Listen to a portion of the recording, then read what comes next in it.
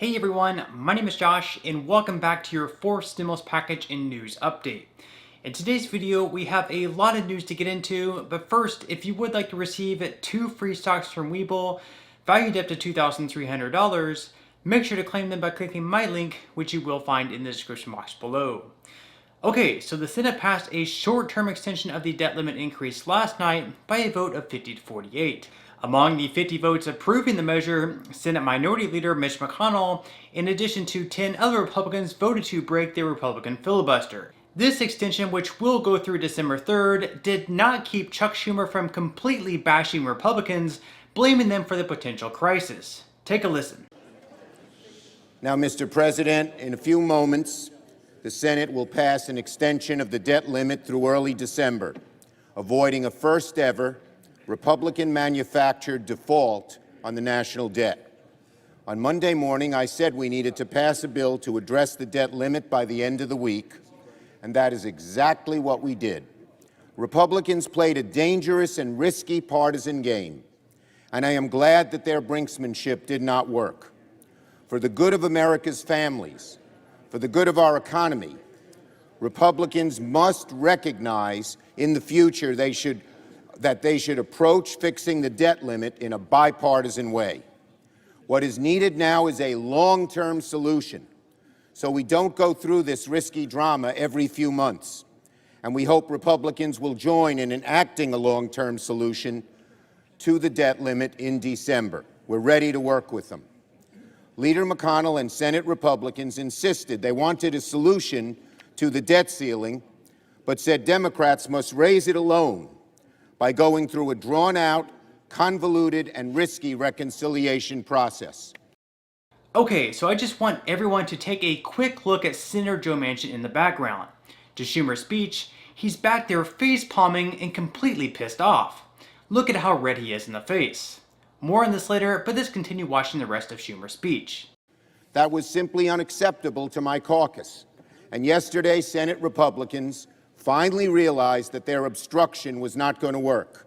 I very much thank, my Democratic colleagues for showing our unity in solving this Republican-manufactured crisis. Despite immense opposition from Leader McConnell and members of his conference, our caucus held together, and we've pulled our country back from the cliff's edge that Republicans tried to push us over. This is a temporary but necessary and important fix. I appreciate that at the end of the day, we were able to raise the debt limit without a convoluted and unnecessary reconciliation process that until today, the Republican leader claimed was the only way to address the debt limit. Let me say that again. He just left. He couldn't handle listening any longer.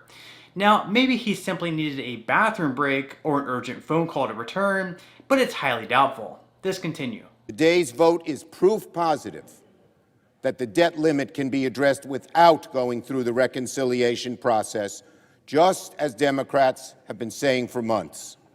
The solution is for Republicans to either join us in raising the debt limit or stay out of the way and let Democrats address the debt limit ourselves. Those are the two choices, and it's very simple. Senate Democrats want a long-term solution to the debt limit to make sure financial markets remain stable and our economic recovery stays on track.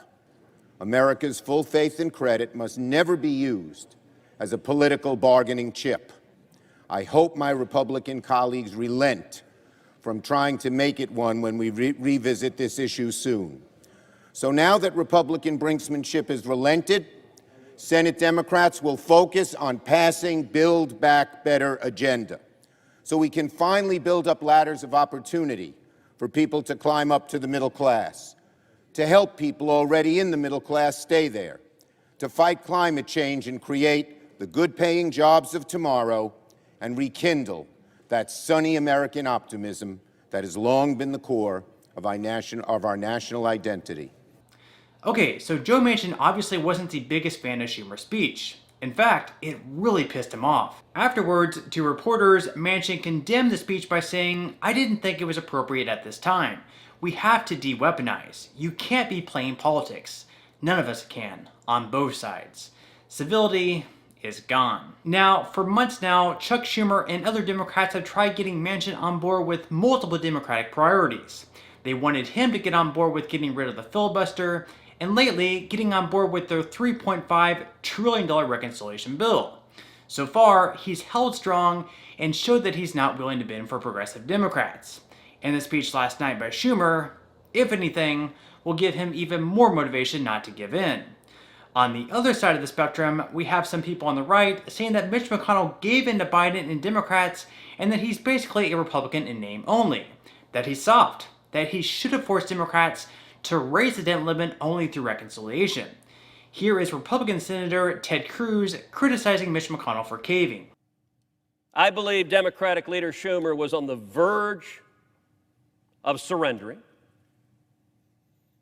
And then, unfortunately, yesterday, Republicans blinked.